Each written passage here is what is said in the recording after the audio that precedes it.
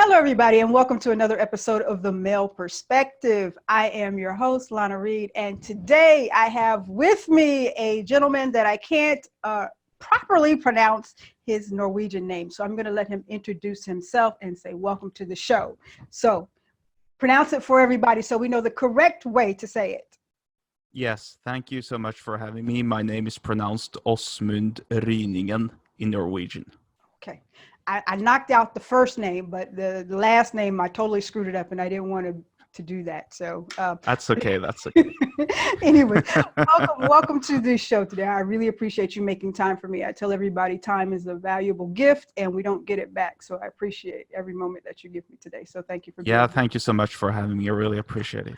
Now we're going to talk today about a topic that is everybody, if you're on social media, you see it all the time, but I like to kind of chew the fat a lot of times about relationships. So this fits right in, but it's this concept of red flags or non-negotiables. And a lot of times people struggle in relationships because they see the red flags in the beginning, but they say, oh, it's going to get better, and they ignore it and they keep pushing forward in the relationship. And this is a very personal issue for you because you went through that with a relationship of your own. And I'd like, if you would share what happened with you and your relationship and how you ignored your non-negotiables. Yes, absolutely. Thank you so much. So what happened was I was dating, I was having some luck and I was having not so very much luck at times. And then all of a sudden, I got tired of the entire thing of dating and I just wanted to settle down. Okay. And that was the first, because this was during a prolonged period of continuous, continuous bad luck, really. Okay. Yeah, so that was kind of like the first red flag. For a prolonged period of time, things didn't go my way, and so I just chose to settle down because why do I have to struggle with all this? Don't I deserve someone who's special? Don't I deserve someone who matches me? You know what I mean? Mm-hmm. And that was the first red flag that I ignored, because I believe that, and this is obviously me coming from a position of having been already through this, so I know what I'm talking about. And I'm sure that you can relate. It is during times of resistance that you actually grow as a person. And it is during times of resistance that you actually learn a lot about yourself. Yes. And so that was the first red flag that I ignored. So I settled down with this girl that I'd had a fling with in the past, and I actually had her move city. I had her move city back down to me because we were living in separate parts of the country. Okay.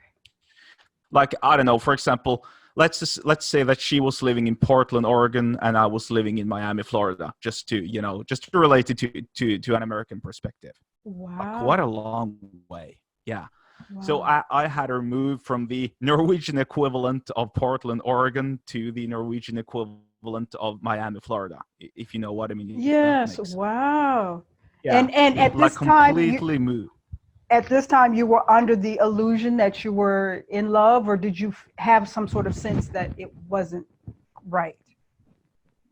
No, I was under the illusion that I was in love, and I was also, I think, in retrospect, in hindsight, that illusion of love was also kind of like to make up for the fact that I didn't want to admit to myself that I had to push through. You know what I mean? Okay. I had to embrace the resistance. I had to push through the resistance and fight through it, but I surrendered. I didn't want to do it. Okay.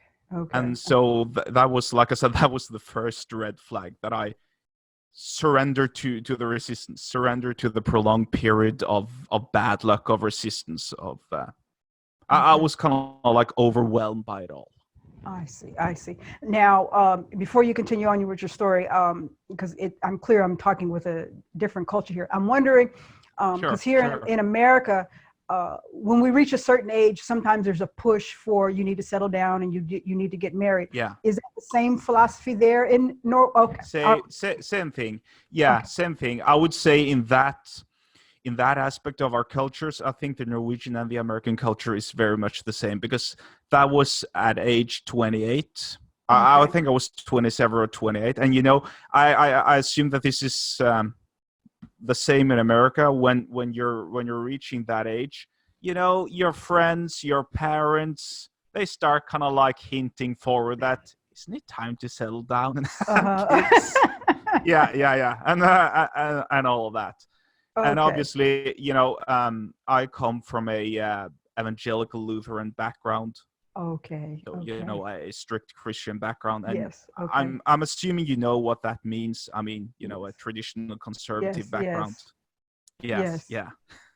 So the Real push for expectancy you to was settle already. down. So it was a real push for you to settle Yeah. down. I can see. Yeah. So, It was. so you moved from our equivalents from Portland to Miami because you thought you were in love at the age of 20. No. Sorry, I had her move. Oh, you had her From move. the Okay. yeah. Okay. Yes, I had her move. Okay. Okay. So I actually put a lot of wheels in motion in that regard. Oh, Even had wow. her change careers and all of that. Yeah.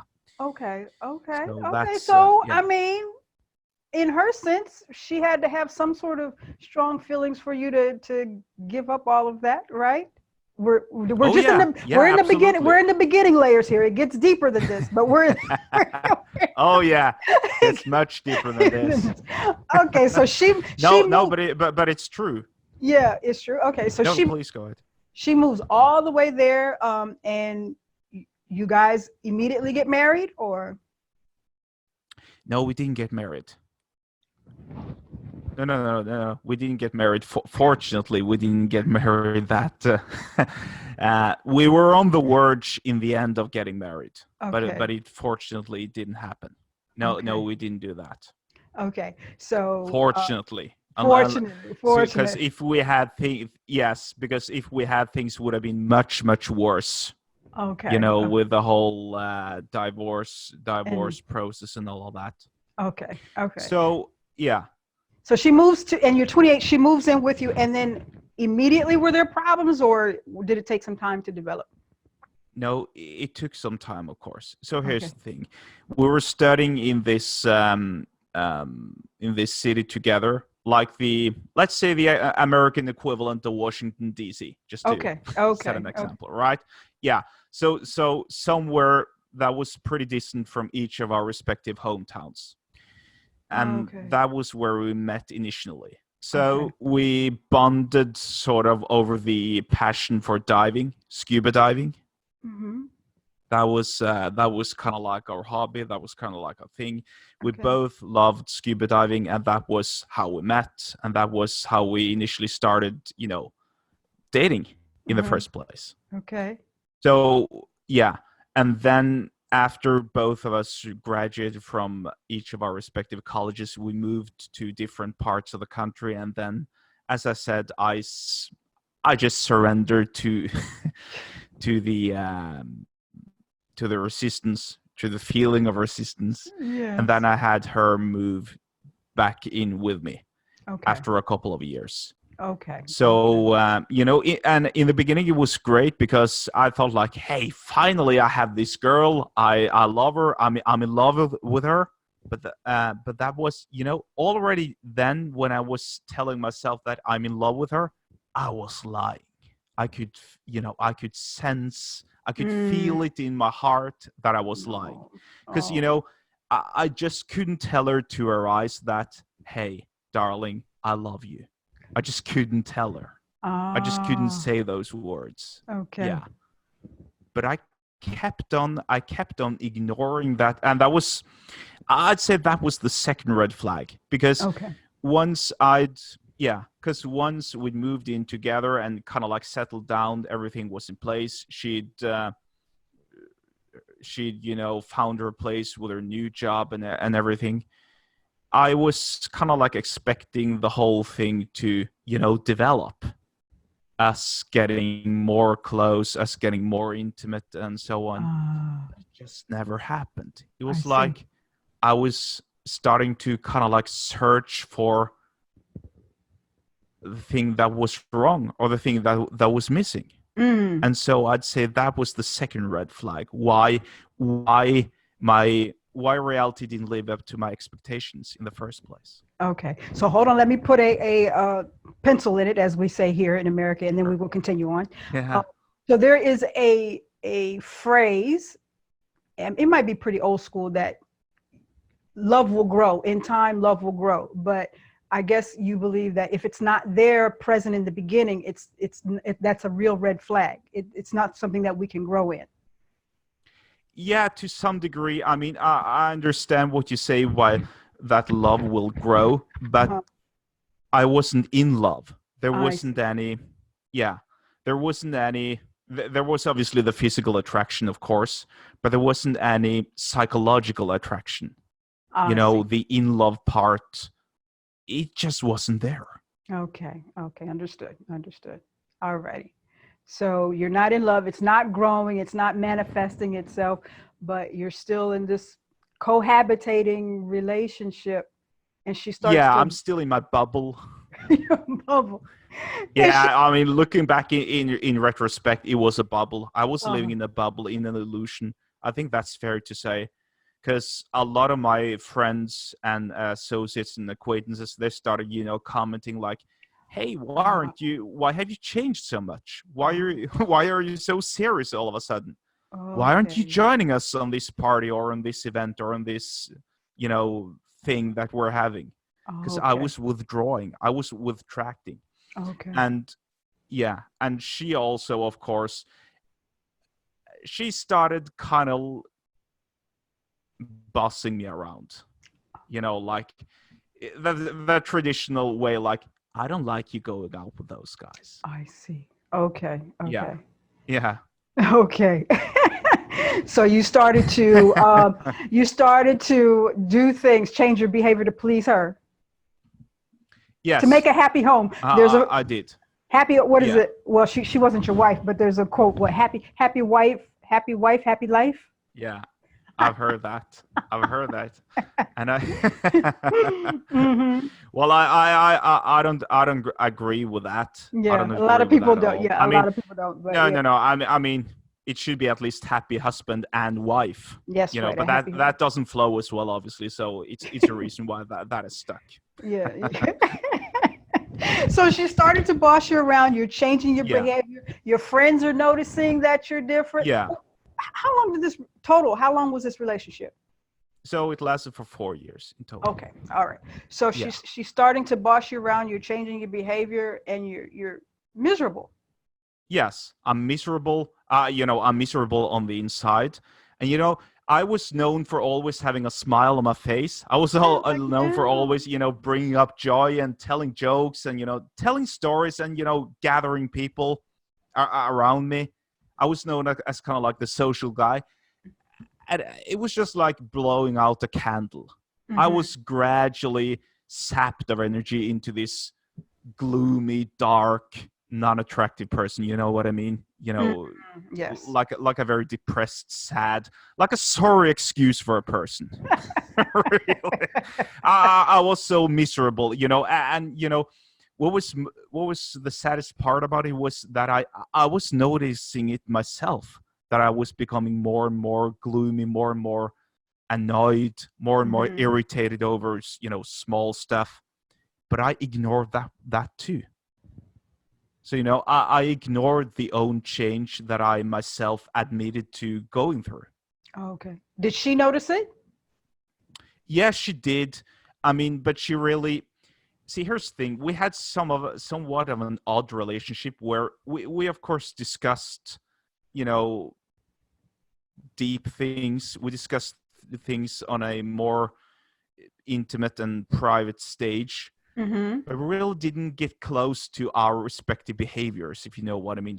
She would Okay. never kind of like, she would never kind of like say that, oh, I don't like it when you're behaving that way or stuff like that. And I Oh, wouldn't do the same either. I don't know why. I mean, in retrospect, I'd say that our relationship was kind of like the epitome of the worst possible way you can have a relationship, because there was private intimate discussions, but we never took it to the sort of the therapeutic level, if you know what I mean. Okay. So when we have these concepts in our mind of what a couple should look like, and the multidimensional layers of bond that they share, you're saying that you guys never developed that cohesiveness as a couple. No, we didn't. Okay. We didn't. It was, obviously there was the physical attraction, like I said, and the physical elements that come with a relationship. And I think because we had a very superficial relationship when we were dating back when we were students at the university, we never really got to take it to the next level. So I think that since we bonded over being lonely and feeling lonely and lacking companionship, I think that's one of the reasons why we never kind of like took it to the next level, because we sort of took it for granted that we bonded on the same mental and therapeutical level, if you know what I mean. Okay. And that's another red flag. People getting into relationships because they're lonely. That's a very big red flag. Yeah. Yes. And that's a very good point that you're putting out there. Maybe that was initially the first red flag. Now that you mention it, because I didn't have her move back to my hometown, because I moved to a different town than where I originally came from because of jobs. Okay. So I didn't know very many people in the Norwegian equivalent of Miami, Florida. Okay. Let's say that I come from the Norwegian equivalent of Dallas, Texas, just to make a point. Just a sidebar question. I'm is it a taboo in Norway culture to cohabitate and not be married? No, it's not. It's not. Okay. It used to be. Oh, used to be. Yeah, okay. I mean, it used to be back in the day, but now Norway is very liberal in that in that regard. It's like it's actually more the exception than the rule nowadays to be married. Most people, most people live together, but many people don't.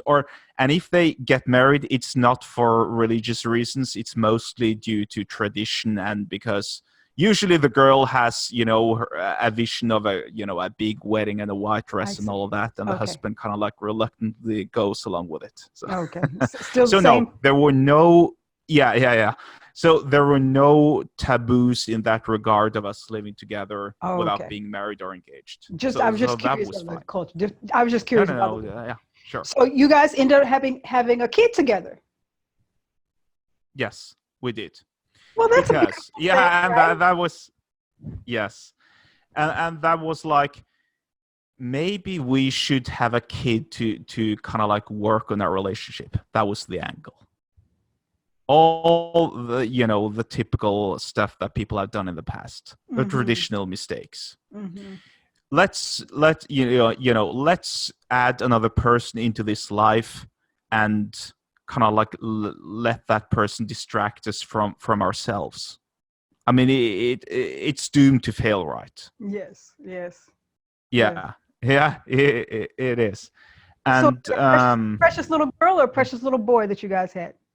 A precious little girl. Oh, okay, beautiful. Yeah, okay, and obviously, I love my little daughter. I love my girl. She's healthy. She's happy.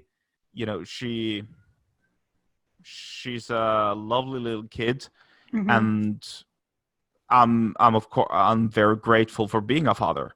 Even though it was together with a girl that I wasn't, her mother, my daughter's mother, obviously isn't the one. But you. Here's a sidebar though. I don't believe in the soulmate myth at all. Okay. I think that's kind of like a made up thing that that doesn't lead anywhere. I don't believe in soulmates. I do believe in love. I do believe in unconditional love, but I don't believe in soulmates. It makes it that's just a sidebar. It's a very difficult illusion and dream to constantly search for this concept of illusion of a soulmate. So, I believe you should find somebody that you're compatible with, that you can grow with, that you can love and whatever. But the soulmate thing, it makes it a little difficult when you're searching. Yes. So, Now, back to because I want to make sure I get through this, because this is Yeah, 4 years. 4 years. You guys had a daughter together, and you're miserable or you're uncomfortable. You can't really pinpoint it, or you have pinpointed it. When do you walk into the living room and say, "Dear, this is not working. I can't do this anymore"? So it happened at the most inconvenient place of all times, and in the most inconvenient ways of all times. Mm-hmm. Back then, I was working shifts. I was working at a tunnel construction site, Okay. which was in a totally different, place than Mhm. where we lived together. And it ever so happened that day I had to work double shifts. I had to work 24 hours in a row without no sleep. It was I was physically exhausted, Yes. and I was mentally exhausted as well. Uh-huh. But I just told her by phone that, look, this isn't working. By phone. Yeah, by phone. I was Okay. that low down. I Okay. didn't even dare to tell her to her face. Okay. Okay. Go Yeah. ahead. So Okay. Go ahead. No judgment. Go ahead. Go ahead. no. I mean, in retrospect, I was a coward. I should have walked up to her face and said, Uh-huh. "Look, this isn't working anymore." Mhm. Okay. Uh, but obviously, I didn't do it back then, because and that was kind of like the lowest that I've ever sunk in my life, Okay. like breaking up with my now ex-girlfriend over the phone. Oh. And what was even worse was, 1 year prior to this, we'd actually agreed to buy a house, a brand new house, and we'd taken up a mortgage from the bank. We'd started constructing the house, and the house wasn't even finished when I broke up with her. We hadn't even moved in yet. Wow. Yes. You just said, screw it. I So can't take it anymore. yeah, I said, screw it, I can't take it anymore, because I knew that I couldn't take it anymore. I Okay. was just looking for a way out, and of course I succumbed to the coward's way of not telling her to her face, Okay. obviously. And now I have to deal with obviously the breakup, the alimony, the childcare stuff, and Mhm. also the house and the debt, and finishing construction of the house and selling the house, because Wow. we couldn't have that house anymore. Okay. Okay. And real estate agents, and all that kind of stuff. So it was like I said, it was the darkest 4 years of my life. It was the single biggest mistake of my life. And Uh-huh. now I know so much better. Of Okay. course. So you called her up on the phone and said, this is not going to work anymore. And her response was like, okay, yeah, I'm kind of feeling that too, and I'll pack my stuff and leave. Or what was her response? Now she got furious, of course. Okay. Started blaming me for everything that was wrong, and said that I had ruined her life and all that kind of stuff. Okay. Which, of course, right there and then, I was furious too, or I became furious too, because of what she said. But Mm-hmm. looking back in hindsight, I think that was a fair reaction from her, because I'd been very distant and very aloof prior to the Okay. breakup. I hadn't said much. Or here's what I actually said a couple of months before I broke up with her. I said, I don't want to get married, because she had been hinting forward that, Oh. hey, my girlfriend has a Mm-hmm. ring on her finger. When are you supposed to propose? Hint, hint, and Hint, all hint, of that hint, hint, stuff. hint, hint, hint, hint. Yeah, yeah, yeah, yeah. When's that ring coming? Uh-huh. When are you going to go down on your knees? Yes, yes. And yeah, and then I kind of like drop a bombshell like out of thin air, without giving any. Well, of course, I gave a reason why. That Mm-hmm. I told her why. Okay. But looking back, like I said, and because of the way I broke up with her, which I don't make any excuses as to why. I think it was a coward's way of breaking up, and I wouldn't have done the same thing today. I thought it was a fair reaction from her side, Okay. by all means. Okay. And I also think that she was very cooperative with me in the beginning, but then she, when kind of like reality hit her, when she understood that, hey, we actually have to deal with getting our own places right now.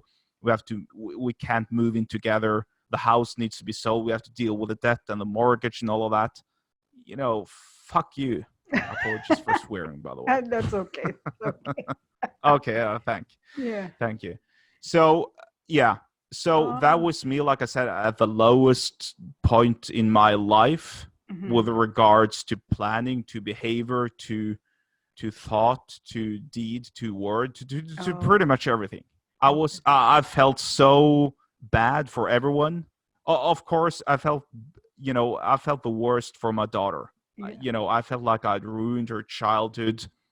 And maybe you can say that I have ruined her childhood in that way, but in another way, perhaps not, because if me and her mother were to stay together, I'd just be even more miserable, and I'd be a horrible parent. I'd be a horrible father.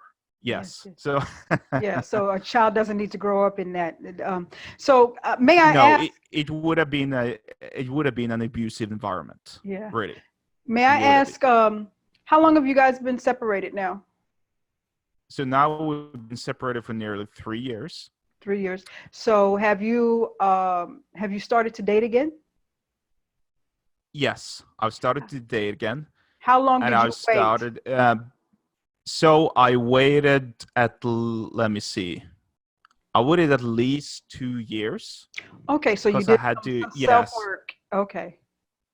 Yes, yeah. I mean, I obviously had a lot of soul searching and reassessment on my life to do. Okay. But also, we struggled with selling the house. Okay. Because that house was, the location was extremely poor. I don't know why I picked that, or I don't know why I let her talk me into pick that location. Ultimately, I take full responsibility for it. Okay. But I don't understand why we picked that location, because it was a very remote location. Nobody wanted to live there. And the real estate agent we had did a horrible job. She didn't manage to sell the house, so we had to fire her. There were some problems with rainwater and seepages through the foundation and all of that stuff. So there was a lot of work with that house.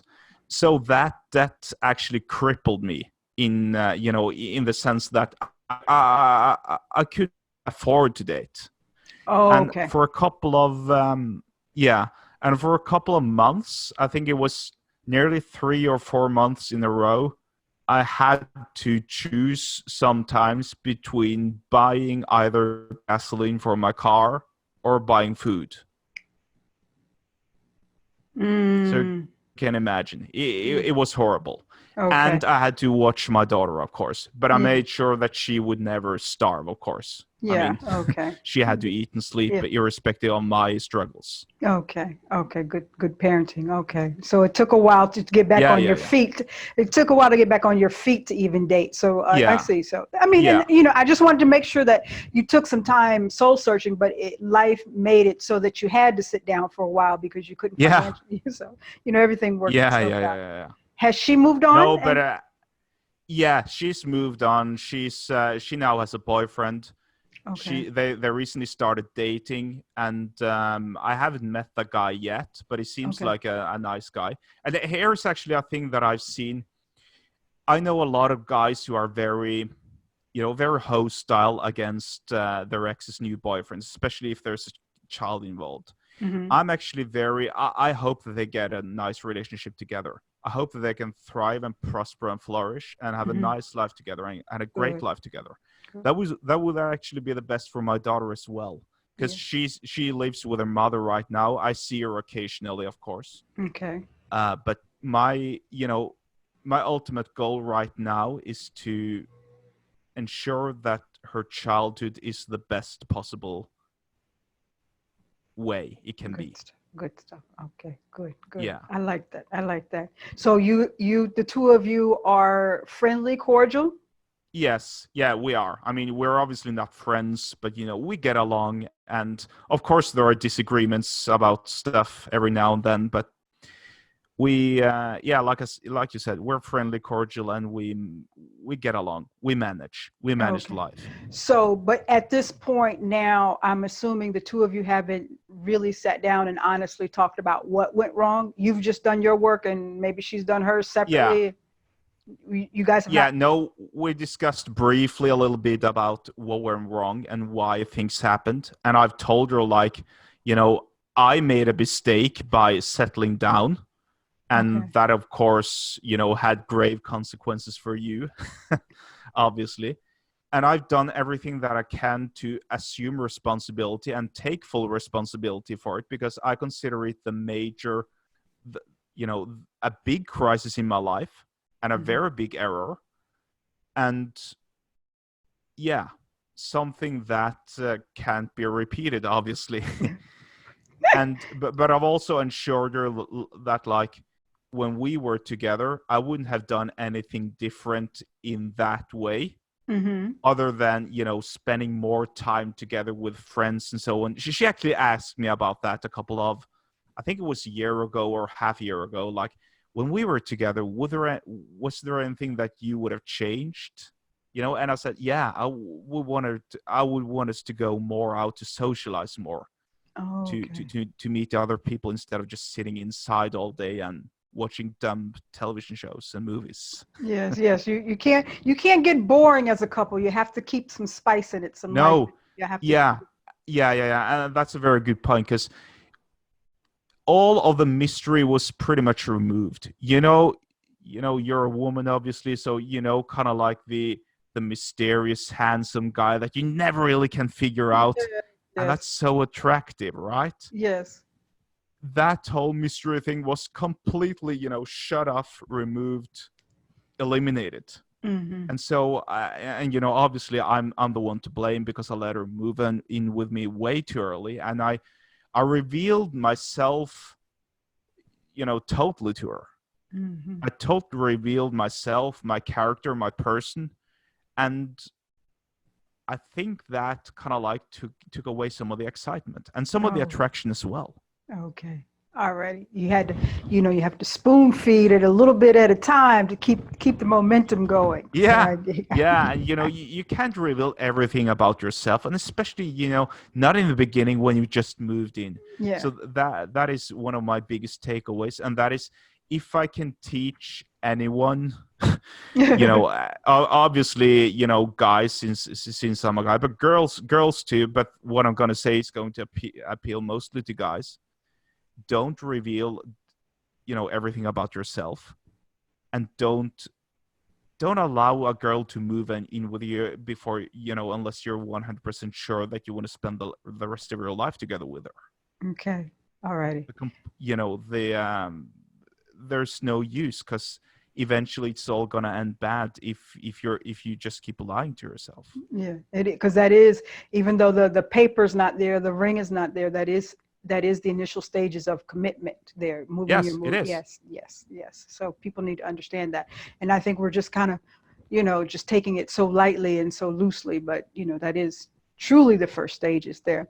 Yes, So now that you've had this time, and you say, and one thing I do like that you do say that you take ownership of your yes. responsibility in it.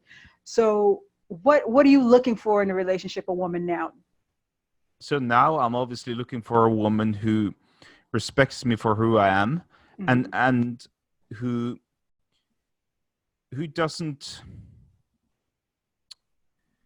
I don't know how to say this without sounding like a male chauvinist, but a woman who doesn't. It's okay. Go ahead. I'm not gonna get mad, No, no, no. and I'll save you from the Uh, rest of the women. So go ahead, no, say no, no. That's okay. I can manage on my own. A woman who kind of like respects me for the actions that I take, and it. Okay. who, yeah, and who's willing to accept that I won't settle down, right away. Okay. Because I see so many women, I see so many girls. Obviously, I talk to girls. I I date girls, and I pick up stuff. they all seem to be so overly sensitive about people or about men who have kind of like this fear of commitment. And maybe I project that a little bit too much. I don't know. Mm-hmm. But the girl that I pick, or the girl that I want to be together with, has to accept the fact that I move from places to places, and I can't ever, I just can't settle down right now at first.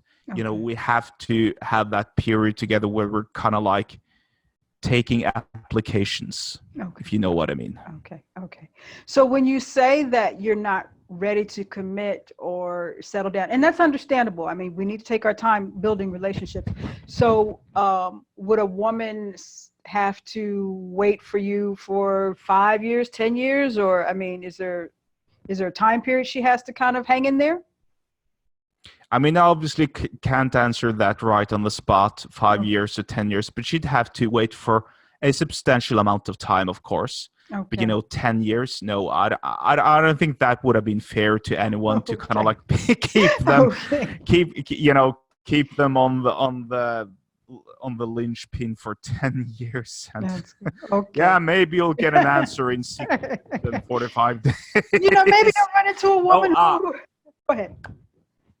No, you go ahead. I said, because, maybe on the other side, you might run into a woman who's not looking for commitment herself, and it'll be a nice, perfect fit. Yeah. I think that's a very important thing that you're saying there. And that is why I think it's important also to kind of like stay non-exclusive for a bit, to kind of like see how the whole thing plays out. Okay. And then evaluate gradually if you're willing to take the next step, but don't give up on your non-negotiables. There you go.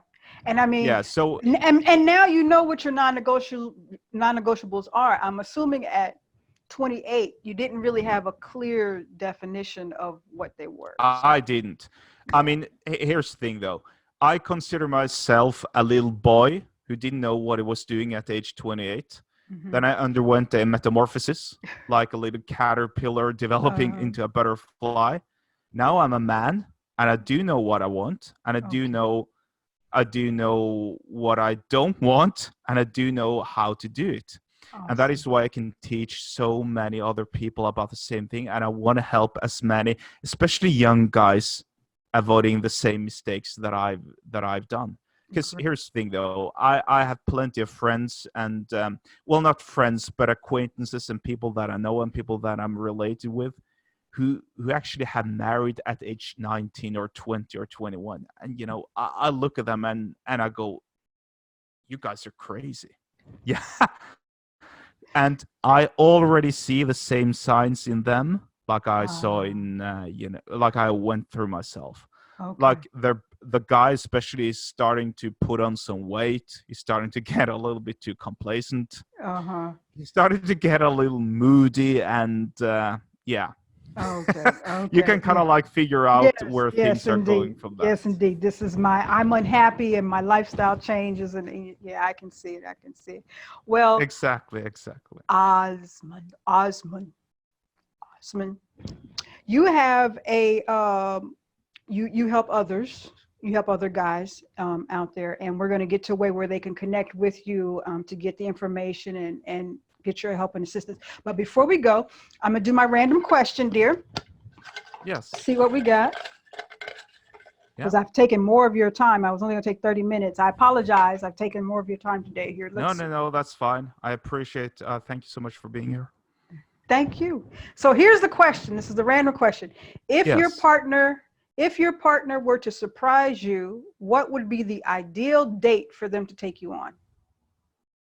Scuba diving. Scuba diving. I kind of figured that was coming. Yes. See, you mentioned that earlier. Scuba diving.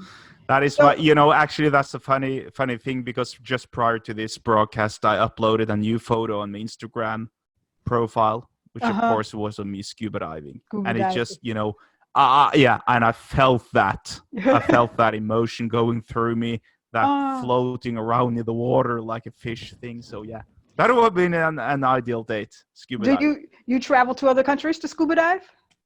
No, I'm actually embarrassed to say this, but I've only been scuba diving in Norway in very cold waters, by the way. Wow, you have to get Yeah, around. There's wonderful I places know. around to I do. know. There are so Yeah, many places in the US, in Thailand, in yeah, Egypt, everywhere, Australia. yeah. The Australia warmest, has yeah, Australia the is the number one warm, yeah. reef, and Belize is another one, right? Yeah. Yeah. Belize, I've only dived in ice cold waters. The typical temperature is around, I don't know, 15 degrees Celsius, which I think it's about 50 or 60 degrees Fahrenheit. Won't see me there. Won't see me there. Not at all. Not at all. All righty, dear. Tell everybody how they connect with you, because you have some information that really could help out a lot of people. Yes, thank you so much. So my website is realpreppersecrets.com. realpreppersecrets.com, and when you sign up you get a free ebook. I send out daily emails where I teach you how to get your life on track, and especially if you're a young boy. Now obviously I want everyone to sign up, boys and girls, but obviously my stuff appeals more to boys than it does to girls, since Okay. I'm a man and Uh-huh. I've gone through relationship stuff. So sign up and I'll send you daily emails, and I'm looking forward to connect with you all. Awesome. I love it. I love it. And I'm wishing you happy, thriving, wonderful relationships after this learning experience. That's the thing. We're supposed to learn. We're supposed to grow. We're supposed to do better. I hate when I see people go through these blips in relationships, and then a year later they're going through the same blip, and then they're going through the same blip, and they never learn. So I'm hoping that Yeah. you evolve and have better ones, and that you and the ex keep a healthy, happy relationship, friendship going and thriving. So I hope all of that. And I hope Yeah, you get thank you to so go much. scuba diving in Belize and Australia soon. I will. I will Uh, definitely go to Belize and Australia and scuba dive once, one time, time, one one time, day. one day. All righty, love. I thank you for hanging out with me. I really appreciate your time and your story. Thank you so much. Thank All you. righty. That is all for this week's episode of The Male Perspective. I am your host, Lana Reid, and I will see everybody next time.